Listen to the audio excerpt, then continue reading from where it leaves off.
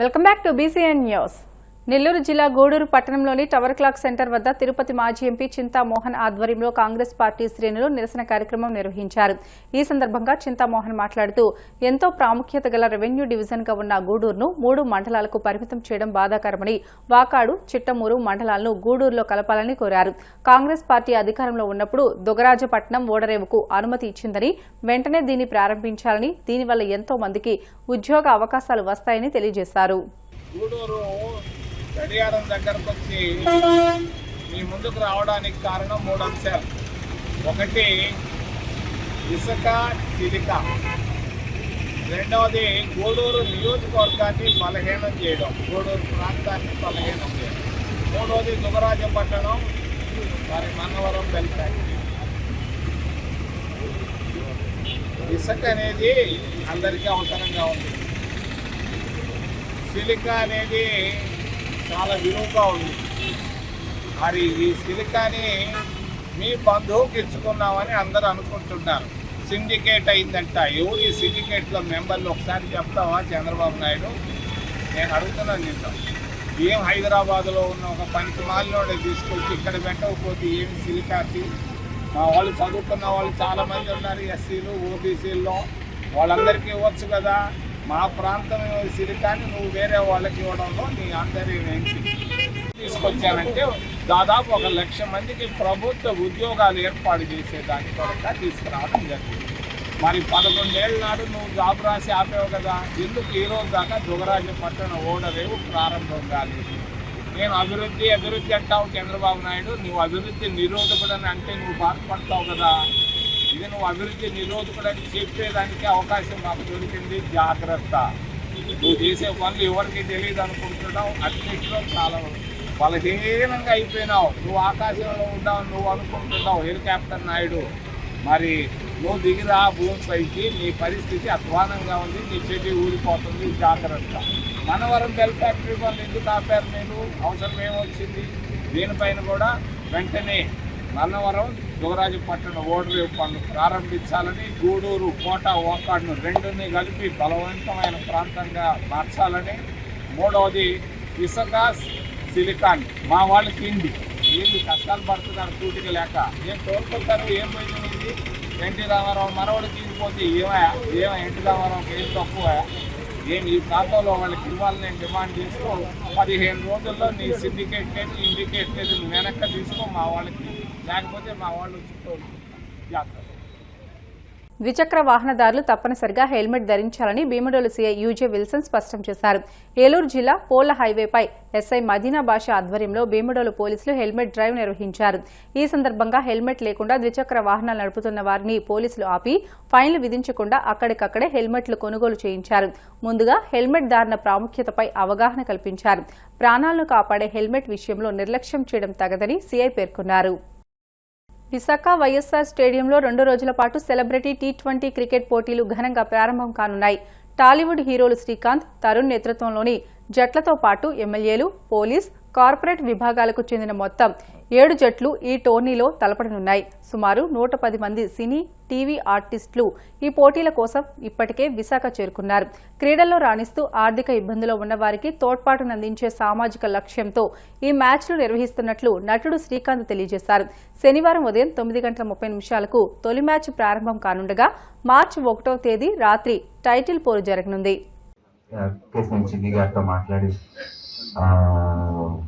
Ground ఇవ్వడం జరిగింది. ఎందుకంటే మీ అందరికి తెలిసినట్టు IPL రాబోతుంది, వాళ్ళు నార్మల్ మ్యాచెస్ కి ఇవ్వరు కాబట్టి చాలా కష్టపడి గ్రౌండ్ తెచ్చారు. సో వెరీ హ్యాపీ ఆ ఇంటర్నేషనల్ స్టేడియంలో ఆడడం. మా TCA మీ అందరికి తెలిసినట్టు ఎప్పుడు ఎవ్రీ ఇయర్ ఒక 2 మ్యాచెస్ ఆడుతుంటాం. ప్రతిసారి ఒక మంచి కాజ్ కోసం ఆడుతున్నాం.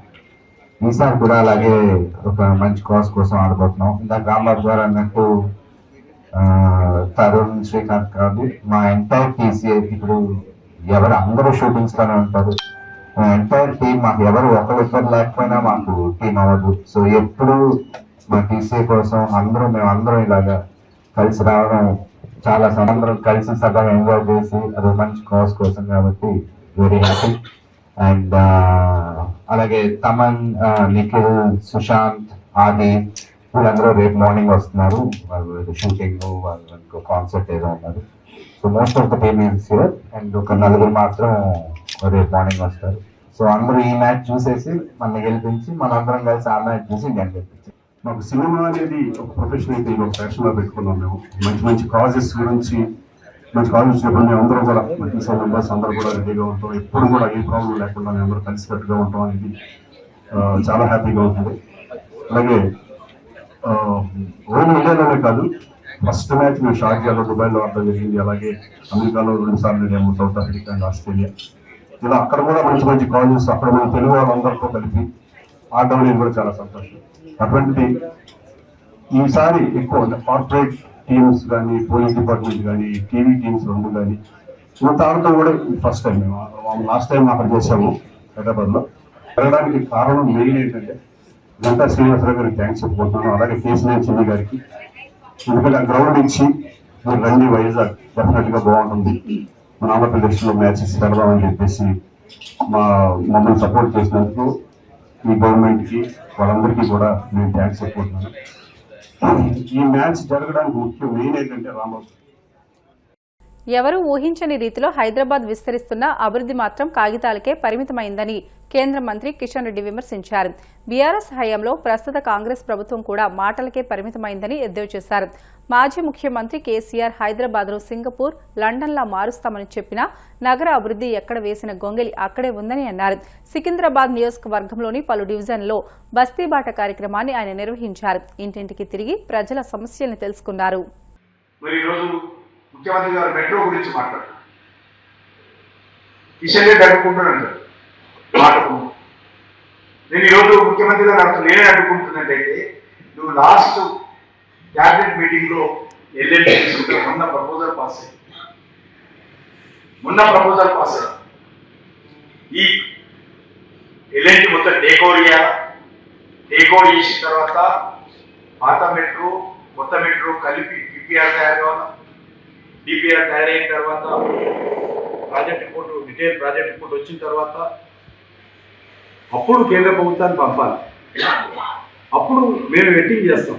మేము దాన్ని ఏ రకంగా ఉందో ఆలోచన చేస్తాం. ఈరోజు రైల్వే స్టేషన్ డెవలప్మెంట్ నేను ప్రకటించుకోండి. ఈరోజు సాస్కి నిధులు హైదరాబాద్ జిహెచ్ఎంసీ కార్పొరేషన్కు ఇన్ డీటెయిల్ ఇవ్వబోతున్నాయి. ఎంత నిధులు ఇచ్చాము, దేని దేనికి ఇచ్చాము. చాలా కష్టంగా ఉంటుంది. ఈరోజు బెంగళూరు పరిస్థితి ఏంటంటే ట్రాఫిక్ సమస్య, పెట్టుబడులు వచ్చే పరిస్థితి లేదు.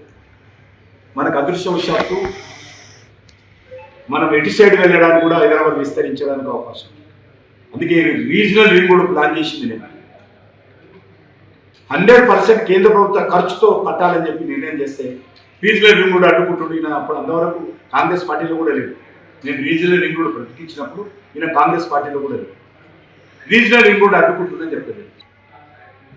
రీజనల్ రింగ్ రోడ్ కూడా ల్యాండ్ అక్విజిషన్ ఏ రోడ్డుకైనా దేశంలో గత 70-80 సంవత్సరాలుగా ఏ రోడ్డు వేయాలనుకున్నా కూడా జాతీయ రహదారులకు సంబంధించి ఆయా రాష్ట్ర ప్రభుత్వాలు భూమిని అందుబాటులో తీసుకొచ్చేవారు, ల్యాండ్ అక్విజిషన్ వారు చేసేవారు. గతంలో టీఆర్ఎస్ ప్రభుత్వం కూడా దివాలా తీసింది కాబట్టి, ఆర్థిక సంక్షోభం ఉంది కాబట్టి కేంద్ర ప్రభుత్వం ఆ యొక్క ల్యాండ్ అక్విజిషన్ కూడా నేను ఒప్పించి 50% మేము ఖర్చు పెడతాము, 50% మీరు regional ring road land acquisition మీరు ఇవ్వండి అని చెప్పి ఆ రోజు టీఆర్ఎస్ ప్రభుత్వాన్ని ఒప్పించడం. కేంద్ర ప్రభుత్వాన్ని కూడా మోడీ గారిని ఒప్పించి 50% మనం పెట్టుకుందాం, ఎందుకంటే లేకపోతే రోడ్డు అయ్యే పరిస్థితి లేదు. కేసీఆర్ ఉన్నప్పుడు బడ్జెట్లో 100 కోట్లు కేటాయించారు. ఆ 100 కోట్లు ఇంతవరకు రీజనల్ రింగ్ రోడ్డు భూసేకరణ కోసం కేసీఆర్ ఉన్నప్పుడు 100 కోట్లు కేటాయించారు.